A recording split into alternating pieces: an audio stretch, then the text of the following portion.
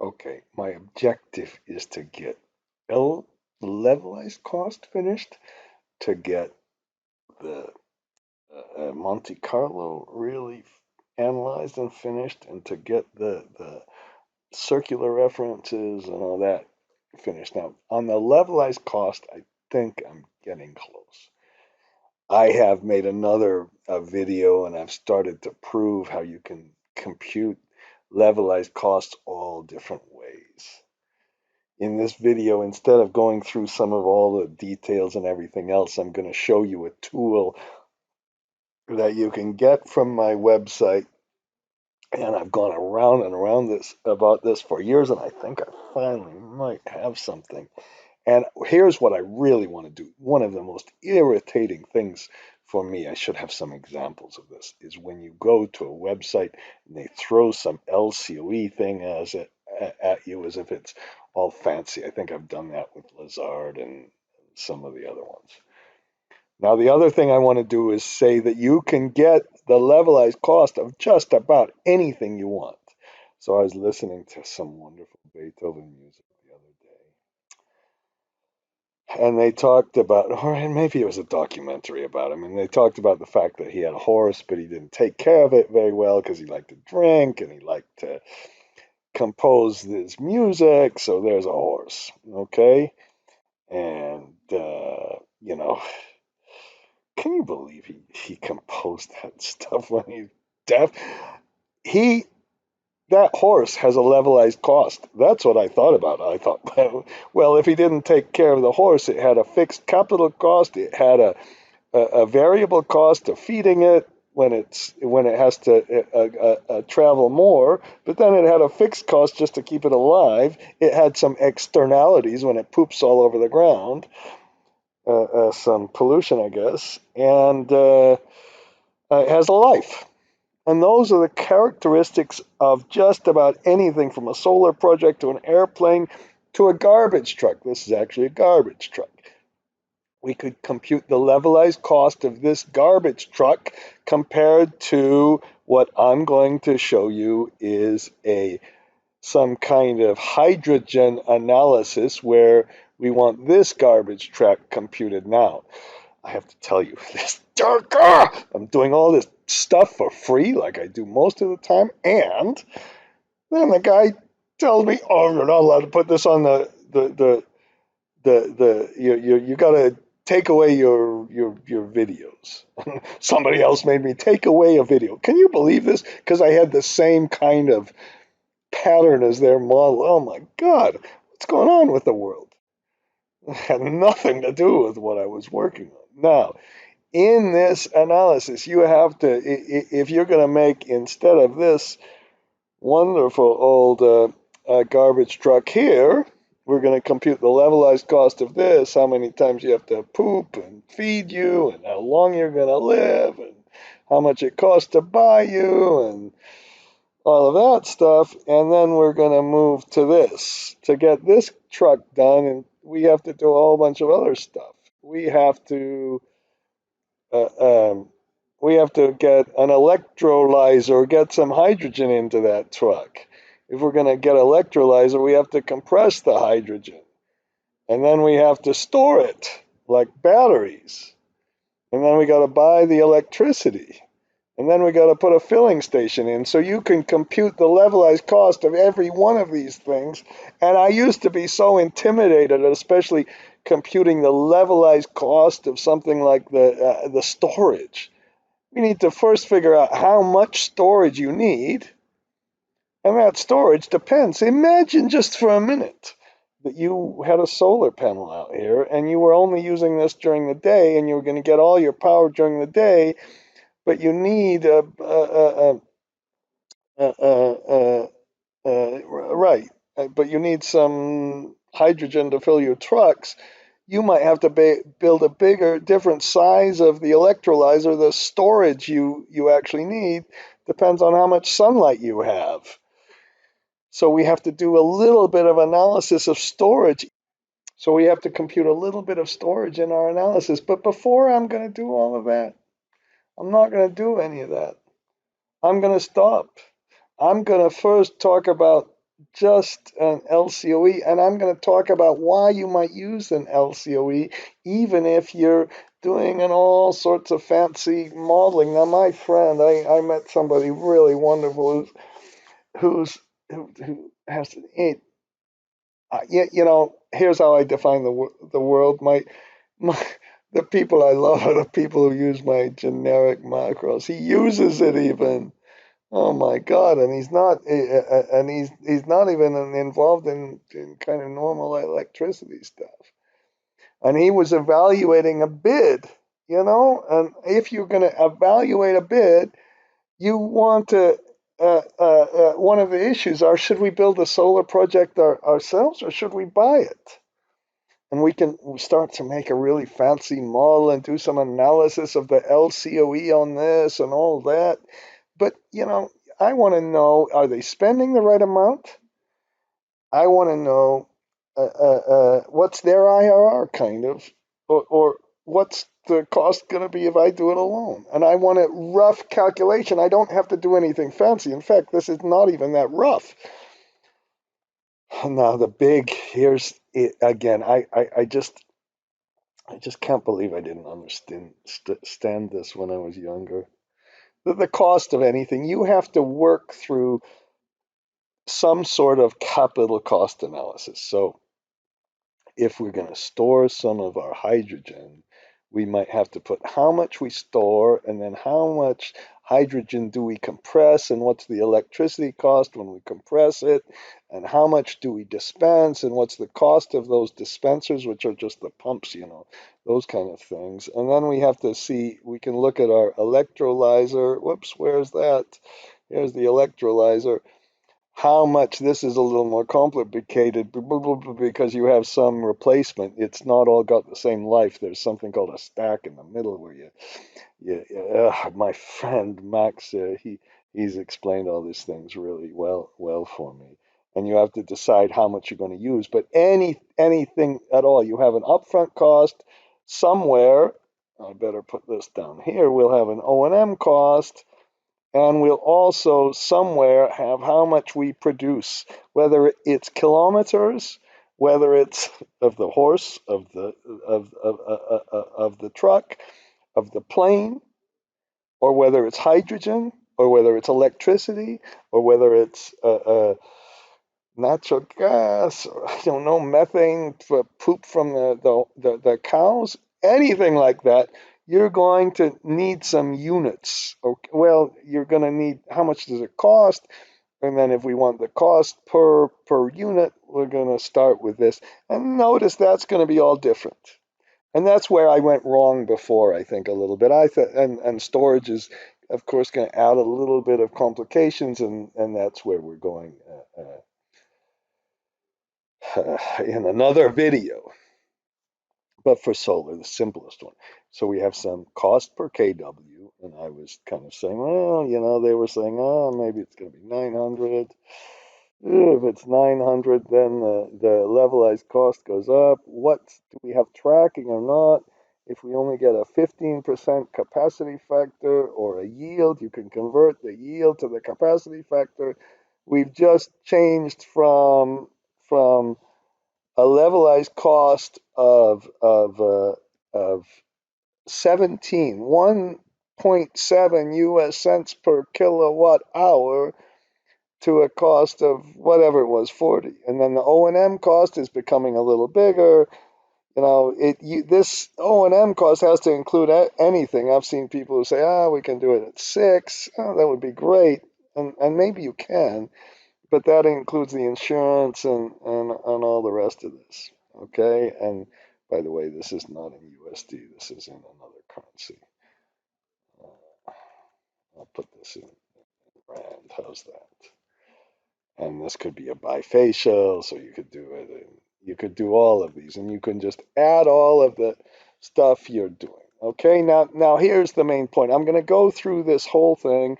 I'm going to get a LCOE in today's USD or euros or whatever rand, and in nominal USD. Today's USD is the only one that matters. It's so idiotic that these people who compute the levelized cost of electricity do an average over like 20 years.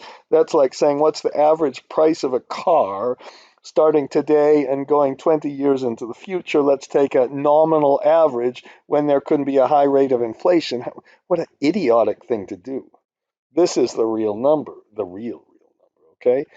And then we're going to make a little financial model, and we don't have to. You don't have to believe me on anything. You do not. This file is going to be there for me. This is going to be one of the important files for today, at least on the website. But of course, nobody will download it. I'll be sad. The This IRR that you actually realize is equal to a IRR target you input, and it proves, if you don't believe all my calculations, you don't have to believe the calculations. You could just try to put a price in here and then take this price. This is with a flat price, and this is down here with an inflating price. Down here, come on, get down there, get down, get down. Come on, this is a little financial model. Whew, and this one inflates. So we got the inflated price.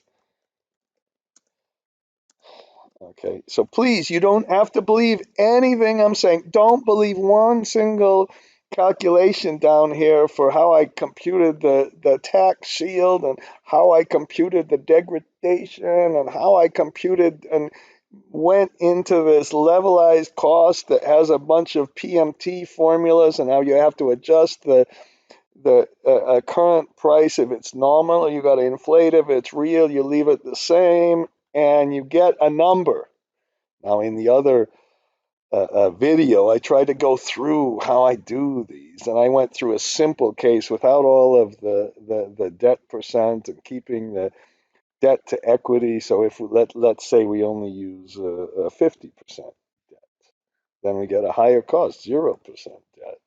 And let's say we need a 15% return for some reason because we want to be as rich as Elon Musk or something like that. Okay. Well, this was in a different currency. I gotta leave that. Okay. Then we look at the dramatic effect of the financing. But even if it's 15%, if you could get 90% debt, you bring it right back down. It's can we get this cheap? And what's our interest rate today? Maybe this is a little bit overdone, although interest rates are dramatically low. That shows you what's driving it. Now, if you would have a different lifetime here and put 20 years, you'd get a higher cost, just like if you have to pay your house off in a shorter period of time, or if you only get 15 years, then you get a much higher cost. Okay, so that's that. And we can now get a handle on what our cost should be in different currencies with different interest rates and everything else. And again, I'm saying right now, you don't believe this. This is wrong. I hope that this index over here, I just selected one of them, and so we can do the whole thing and get our little financial model posted for the different little scenarios. And you can add as many scenarios as you want. And I don't know why I haven't done this years ago. That's kind of what I'm embarrassed about a little bit.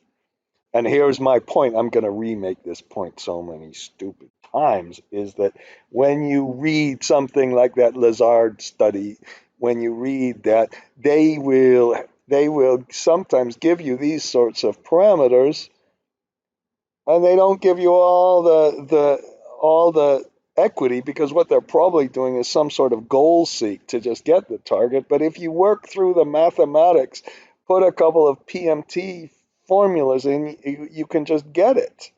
And then not only that, so now let's take this one. And I put a balance sheet, by the way, to really get this. Now this takes me back to 1970.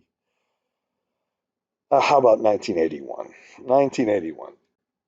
When we used to evaluate something like a policy about delaying a nuclear plant or something like that. What we used to do is it was called, what was it? What was it called? It was engineering economics. They called it engineering economics. And what they do would they compute the levelized rate and they'd hold the debt and the equity constant throughout the life of the project. And why, God, I remember that. You could do it by hand, and why I can't, why I seem to have to compute these PMTs. Maybe there was a whole course that you used to do, I think, in computing the PMT. You used to kind of do these, and they would always do it nominally. They didn't know how to do real. I don't know why they didn't, probably not. They just say the management gave you a whack or something like that, and then you compute this for some distribution poles or something like that. Okay. Now, when I did it, I went through something called economic depreciation, which is becoming my favorite subject, and nobody in the world gives one crap about it. But it's really interesting because if I compute the cash flow after tax, this is the after tax cash flow, and I made a little adjustment for the tax shield on the interest. This is and then down here we compute the NPV at the IRR. Then we can get depreciation in a completely different way from straight line or tax or anything else.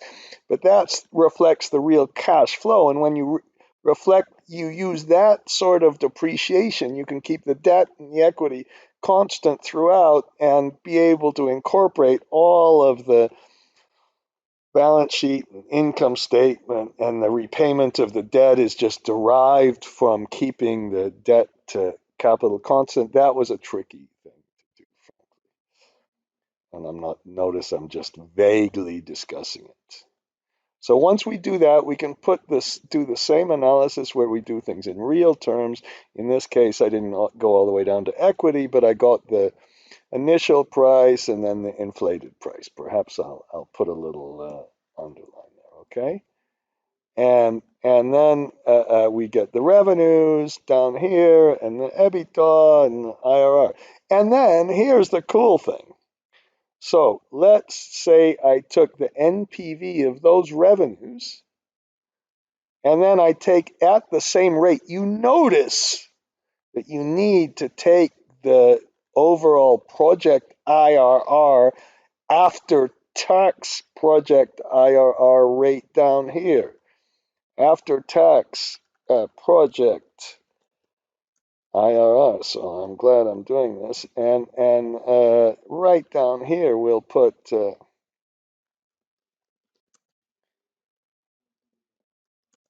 after tax project IRR. And then we can notice that this method computing the LCOE in this case, I should have put LCOH, or for Beethoven's horse, I could call it LCOBH, right? Or we could make an airplane LCO, well, that's per mile, per passenger seat mile or something. It doesn't matter what units you have. Okay, and here's the really good news is that when we take this one and we use the same discount rate for both of them, I get this up here, this nominal LCOE right there, that nominal LCOE. But if I do up here, this is the real rate. Where in the heck is that real rate? That real rate comes from over here.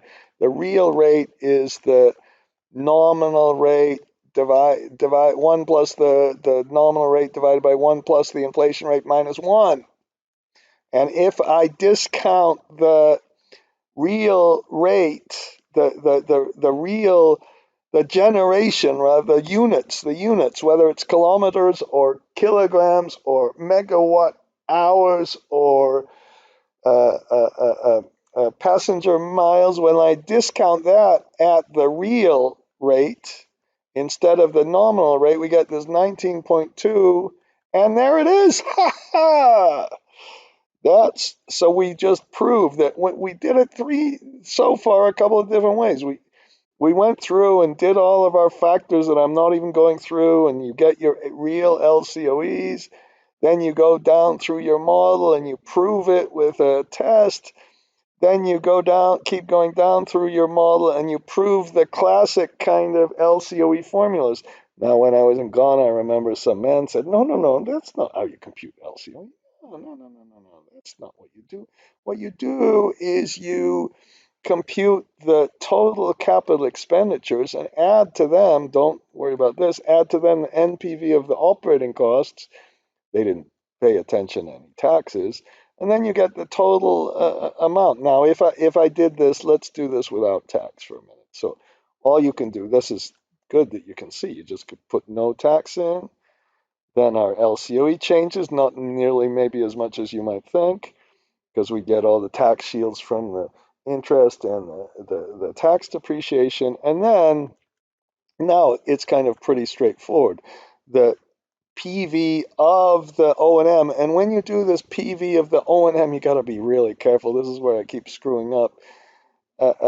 You've got to take this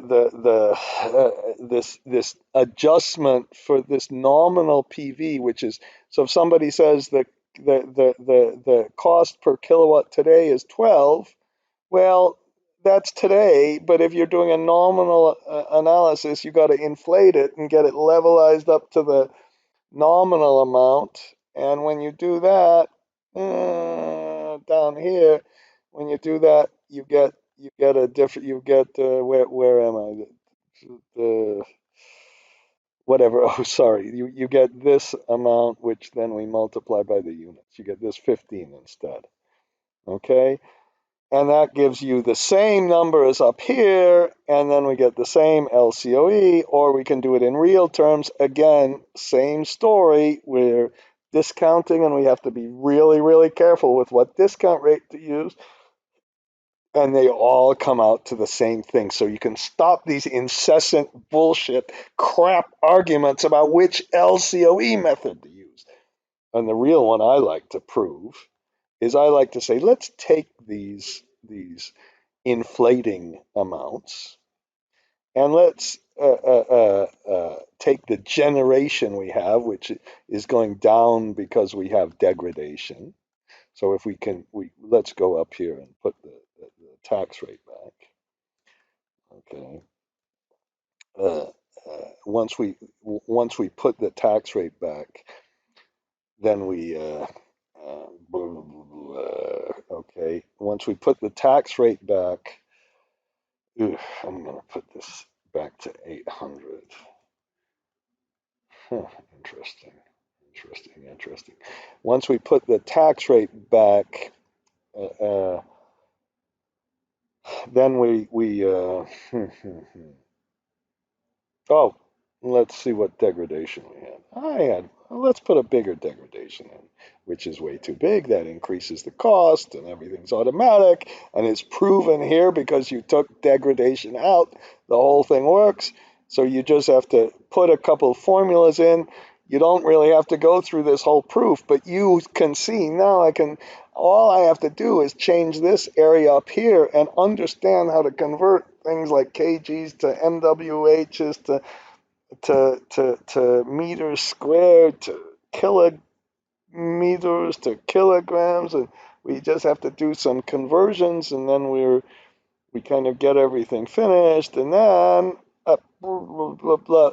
Then now we have an inflating price, a degrading generation, and then we put our discount factor in, which is from our pre-tax rate, and we take the discounted value of the generation, which seems like a crazy thing to do.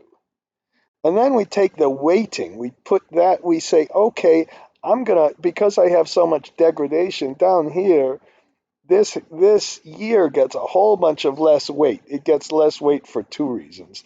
Number one, it gets less weight because we had a discount rate. Number two, it gets less weight because of this, okay? but then the nominal value is higher. So we get a weighted average. Think of a weighted average cost of capital, but this is just weighting year by year by year by year. And when you do all of that, you get 25, and 25 was the LCOE nominal. Ugh. So what I'm going to do next is going to go through the hydrogen case study much slower. And if somebody's going to tell me to take this video down, I'm using public data. I'm using databases that we created on the cost of a electrolyzer, the cost of storage, how do we evaluate how much storage you need if you get some amount. What if you use one strategy where you're not going to store and you're going to just buy some and deliver it? How much does the filling station cost? I didn't put the control room. Okay, how much does the electricity power? What happens if you have different electricity power? I already gave you the example of solar. Should we store the solar? Should we store the hydrogen? These are fascinating questions, and they can all be answered with levelized cost analysis. So isn't that exciting? And if you, my website, I'm struggling. It's like crazy. I can't get the damn thing to automatically go. But if you go over here, where'd you go? You go to energy analysis, levelized cost, and I don't know if I've saved it. It's right up the top. Maybe, there's my course that I didn't run. Okay. I put the 4 different levelized methods here and go through it. There's our picture, but I go through the analysis much more slowly and discuss, well, how do you make your adjustments for inflation, for taxes, for blah, blah, blah, blah. And I haven't really finished it all, but that's how you can do it, and that's enough of this video.